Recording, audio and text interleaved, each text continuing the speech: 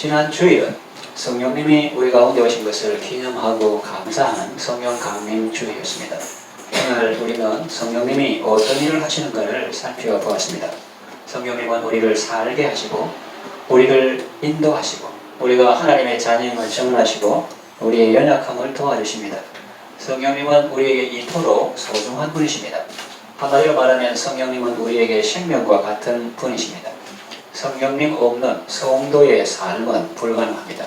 그저 먹고 일하고 자는 자연인의 삶은 가능해도 그리스도와 연합하고 하나님을 기쁘시게 하고 하나님을 즐거워하는 성도의 삶은 불가능합니다. 오늘 우리가 읽은 본문을 보면 사도 바울이 에베소 교회 성도들에게 사랑으로 명령하고 있습니다. 오직 성령으로 충만함을 받으라 말씀합니다. 사도 바울이 에베소 교회 성도들에게 명령하는 것이지만 성령님께서 오늘 우리에게 명령하시는 말씀이기도 합니다. 그래서 이 시간에는 이 말씀을 살펴보면서 함께 하나님의 은혜를 받으려고 합니다. 본문의 이해를 돕기 위해서 15절에서 21절 말씀을 보면 서로 대조되는 표현들이 있습니다. 지혜 없는 자와 지혜 있는 자입니다. 그리고 어리석은 자와 하나님의 뜻을 이해하는 사람입니다. 그리고 술 취하는 것과 성령으로 충만함을 받는 것입니다. 청자는 세상 것으로 가득해서 하나님의 뜻과 상관없이 살고 세월을 허송하며 감통한 삶을 삽니다. 후자는 성령으로 충만해서 하나님의 뜻을 이해하고 세월을 아끼며 하나님의 뜻을 이루는 삶을 삽니다. 여러분은 어떤 삶을 살기를 원하십니까? 전자입니까? 후자입니까? 사랑이 많으신 성령님은 우리에게 명령하십니다. 술 취하지 말라. 이것은 명령입니다. 살인하지 말라, 가늠하지 말라, 도둑질하지 말라는 말씀과 같은 무게와 비중으로 우리에게 말씀하시는 명령입니다. 부탁이나 권유 정도가 아니라 명령입니다. 여기서 술은 우리가 아는 것처럼 마시는 음료지만 넓은 의미로는 우리를 취하게 하는 세상 정신을 말합니다. 세상의 이념이나 세상의 사상이나 세상적인 가치관을 말합니다. 사람이 그런 것에 취하면 방탕한 삶을 살게 되니 너는 오직 성령으로 충만함을 받으라는 것입니다. 이 표현을 주의 깊게 살펴볼 필요가 있습니다. 성령님은 하나님이십니다. 인격을 가지신 하나님이십니다. 여기서 인격이라고 표현한 것은 성령님이 사람이라는 뜻이 아니라 물질이 아니라 하는 뜻입니다. 그런데 성령을 물질처럼 생각하고 그렇게 표현하는 사람들이 있습니다. 부흥사라는 분들 중에도 그런 사람이 있습니다. 그들은 마치 자기들이 사람들에게 성령을 줄 수 있는 것처럼 말하고 행동합니다. 참으로 무례한 말이요 무례한 행동입니다. 성령님은 사람이 다른 사람에게 줄 수 있는 어떤 물건이 아닙니다. 거룩하신 하나님이요 인격을 가지신 분입니다.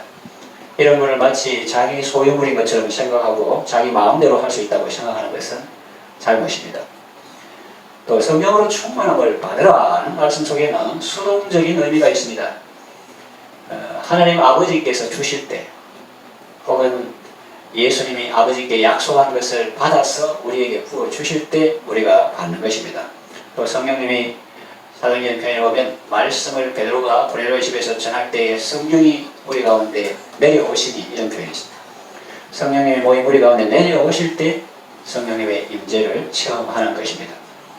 지금까지 드린 말씀을 정리해보면 오직 성령으로 충만함을 받으라 하는 말씀은 명령이라는 것과 또 성령님은 물질이 아닌 하나님이시라는 것과 또 성령 충만이나 성령 임재 체험은 하나님의 주도적인 은혜라는 것입니다. 그러면 이 사랑의 명령에 순종하기 위해서 우리가 해야 할 일은 무엇일까요? 하나님의 주도적인 은혜라는 말은 사람은 가만히 있어도 된다 하는 그런 의미는 아닐 것입니다. 하나님께서 우리에게 성령 주시기를 원하시고 또 성령으로 충만함을 받으라 명령까지 하셔서도 우리 편에서 해야 할 일이 있는 것입니다. 그것이 무엇입니까? 거부하지 않고 받는 것입니다. 주실 때 감사함으로 받고 명령하실 때 순종하는 것입니다. 우리의 구원도 그렇지 않습니까? 우리가 우리의 구원을 이루기 위해서 하늘에 올라가야 하는 것도 아니고 음부에 내려가야 하는 것도 아닙니다. 그 하면 우리가 어려워서 못하죠. 예수님께서 우리를 구원하기 위해서 그 모든 것을 이미 다 이루어 놓으셨습니다. 우리가 할 일은 그저 우리를 위해서 그런 일을 행하신 예수님을 믿는 것입니다. 우리가 예수님을 믿을 때 하나님은 이것을 우리의 의로 여기시고 우리는 오직 예수님을 믿음으로 구원을 것입니다. 자, 그렇다면 이제부터 우리가 어떻게 하면 하나님의 사랑의 명령을 잘 수행할 수 있는지 살펴보겠습니다. 우리가 어떻게 하면 성령으로 충만함을 받을 수 있을까요? 첫째로 성령님을 인정해야 합니다. 사도 바울은 지금 에베소 교회 성도들에게 성령으로 충만함을 받으라고 말씀합니다. 에베소 교회 성도들은 어떤 사람들입니까? 얼마 전까지만 해도 성령님을 몰랐던 사람입니다. 사도행전 19장 1절에서 2절 보면 바보로가 고린도에 있을 때에 다윗이 윗지방으로 다니는 에베소에 와서 어떤 제자들을 만나 이르되 너희가 믿을 때에 성령을 받았느냐? 물으니까 이르되 아니라 우리는 성령의 계심도 듣지 못하였노라 했어요. 그러니까 아볼로를 통해서 성경을 많이 배워서 성경 지식은 있는데 성령의 있음도 개혁한 걸 여기서는 성령의 계심도 듣지 못하였노라. 존재 자체를 모른다는 거죠. 지금도 성령님의 존재를 모르거나 말로만 들어도 삶 속에서 성령님을 인정하지 않는 사람들이 있습니다. 성령님의 존재 자체를 부정하는데 성령의 충만함을 받을 수 있겠습니까? 우리가 성령의 충만함을 받으려면 먼저 성령님을 인정해야 합니다. 잠언 3장 6절에 너는 범사에 모든 일에 그를 인정하라. 그래야면 내 길을 지도하시리라 그랬습니다. 하나님께 대한 말씀이 마든 성령님에 대해서도 그대로 적용됩니다. 우리가 무슨 일을 하든지 성령님을 인정할 때 성령님께서 우리의 길을 지도해 주십니다. 아침에 일어나서 성령님께서 오늘 내 일과에 주님이 나를 이끌어 주시고 또 주님께서 은혜를 베풀어 주시고 이런 걸 인정하고 기도하고 바라고 그럴 때 성령님의 인도하심을 받는 거지 성령이 있음도 알지 못하여라. 그러면 어떻게 되겠어요? 성령님은 하나님이시다. 성령님은 거룩하신 분이다. 우리를 모든 진리 가운데로 인도하시는 분이시다. 우리를 살게 하시는 분이 우리의 연약함을 도우시는 분이시다. 이렇게 성령님을 인정할 때 성령님이 기뻐하시고 우리 속에 들어와 우리와 동행하시며 우리의 길을 지도해 주십니다. 둘째로 성령님을 사모해야 합니다. 사람들은 누구나 다 돈을 좋아합니다. 돈을 사모합니다. 돈을 숭배하는 사람도 있습니다. 그래서 황금 만능주의하고 또 배금주의라는 말을 쓰는데 그 배할 때가 숭배할 배자. 돈을 숭배한다는 뜻이죠.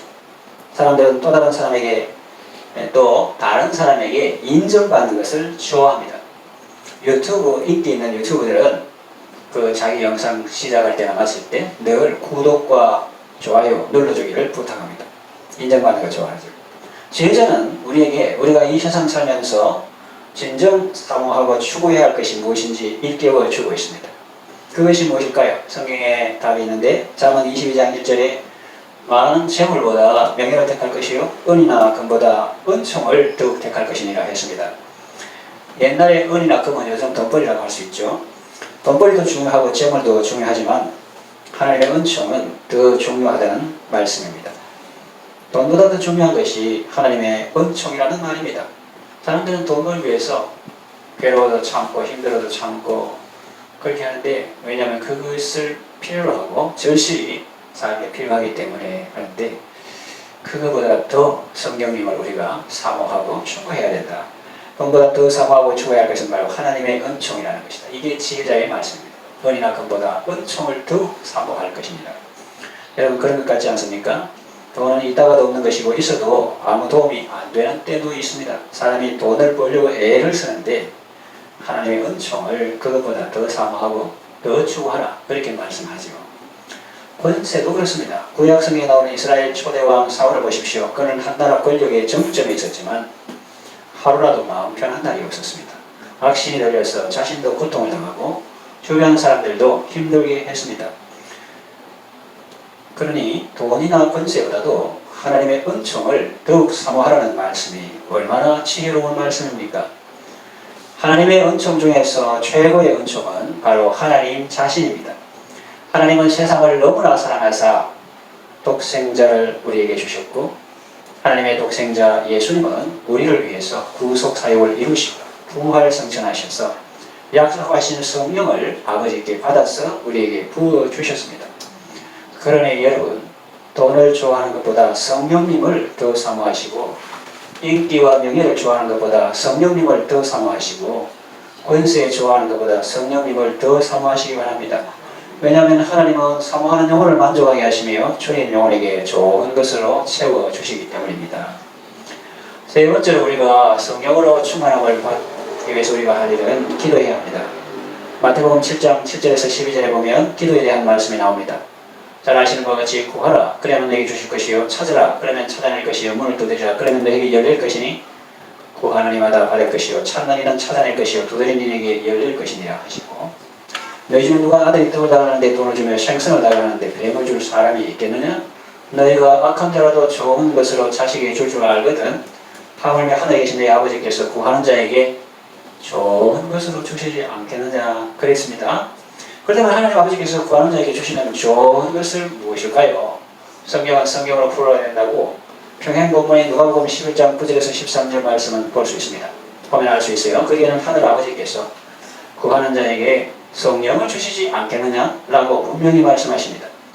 우리가 기도할 때 하나님은 우리를 지켜주시고 하나님 오늘 나를 보호해 주시오 위험합니다. 이렇게 하나님께서 지켜주시고 또 우리의 필요를 공급해 주시기도 하시지만 하나님 이거 필요합니다. 자녀에게 이게 필요합니다. 그렇게 필요 공급해 주시기도 하시지만 무엇보다 그것들과 함께 우리에게 성령을 주신다는 말씀입니다. 성령을 주신다는 말 속에 모든 것이 다 포함되어 있습니다. 어떤 사람이 이렇게 표현하더라고요. 남편이 출근하는데 아내가 여보 우유값 떨어졌어요. 또 공과금 밀렸어요. 또 학용품 사야 돼요. 또 뭐 살 사야 돼요. 이렇게 할 때 그 한마디로 뭐냐? 한마디로 돈 떨어졌다. 돈 달라. 그래서 어떤 사람은 뭐 제일 중요한 금이 뭐냐? 그 하는데 지금 또 순금 또 소금 근데 아내가 한 가지 더 말하죠.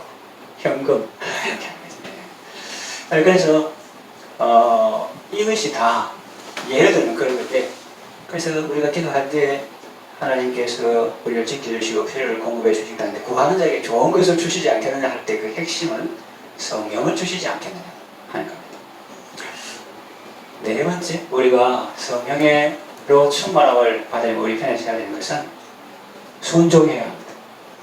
우리는 입술로도 기도하지만 삶으로도 기도해야 합니다. 입술로도 성령으로 충만함을 얻게 하소서 성령으로 충만케 하소서 이렇게 입술로도 기도하지만 삶으로도 자꾸 성령님께서 나를 온전히 주장하시고 표현이 그렇습니다만 장악하시고 지배하시고 통치하시도록 이렇게 자꾸 내드려야 되는데 말로는 성령으로 충만케 하소서 하놓고 사울 왕처럼 고집으로 악신이 덮여가지고 사위를 충신을 벽에 박으려고 창을 던지고 이렇게 하는 것처럼 사람이 성령을 충만하게 해달라고 자기 혈기로 분노로 고집으로 이렇게 사는 것은 우리 속담에 행동은 말보다 더 크게 한다고.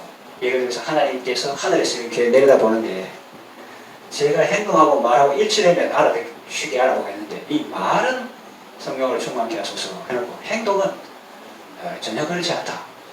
그럼 어느 장단에 흉을 줘야 되나 하는 거고 특별히 행동은 말보다 더 크게 말한다고 하니까 행동 보겠죠. 그렇게 말은 그렇게 하면서 성령이 무시하고 성령의 감동을 소멸하고 그렇게 하면 하나님께서 그 사람 입술에 기도를 들어주겠습니까?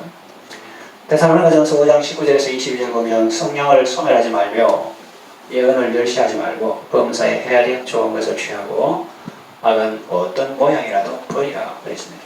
그래서 이 성령을 소멸하지 말라 이 말씀은 성령의 불을 끄지 말라 성령님이 감동을 주시는데 그것을 무시하지 말라는 뜻입니다. 그런 거 많죠.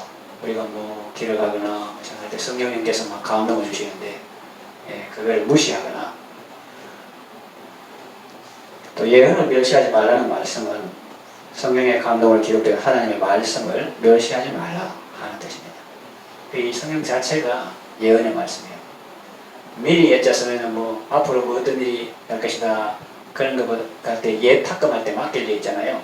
그러니까 이 예언의 말씀 하나님께서 선지자들에게 맡기신 말씀 이것이 우리에게 주셨는데 그래서 이 성경 말씀이 전부 다 예언의 말씀이다. 꼭 우리가 미래에 대해서 뭐 적치는 그런 걸 말하는 것이 아니고 예언을 멸시하지 말라는 말은 성경의 감동에 기록된 하나님의 말씀을 멸시하지 말라는 뜻입니다. 하나님의 말씀을 존중하고 그 말씀에 순종하라는 뜻입니다. 그렇게 할 때 우리는 성령으로 충만함을 받을 수가 있습니다. 말씀을 정리한 것입니다. 성령 충만은 장식용이나 보대용이 아닙니다. 성령 충만은 실패한 자에게 찾아오는 하나님의 은혜입니다. 그리고 교회 생활이나 집안 생활이나 사회생활 할 때 육신적으로는 자기 자리가 힘들고 어렵고 외로워도 그 자리를 이탈하지 아니하고 하나님께서 세워주신 자리에서 하나님께서 자기에게 맡겨주시는 사명을 묵묵히 수행하는 자에게 하나님께서 부어주시는 은혜입니다. 성령 충만을 받으라고 명령을 하시기 때문에 성령을 인정하시고 사모하시고 기도하시고 순종하셔서 성령을 충만을 받으시고 그래서 성도로서의 합당한 삶을 넉넉히 살며 주님의 기쁨이 되시기를 바랍니다. 기도하겠습니다. 하나님 아버지, 성령님 없이 성도의 삶을 사는 것은 불가능합니다. 그래서 하나님은 독생자 예수님을 이 땅에 보내셨고 예수님 우리 부활 승천하신 후에 우리에게 성령을 보내셨습니다. 성령님 모시고 생명의 삶을 살게 하소서. 예수님 이름으로 기도합니다. 아멘.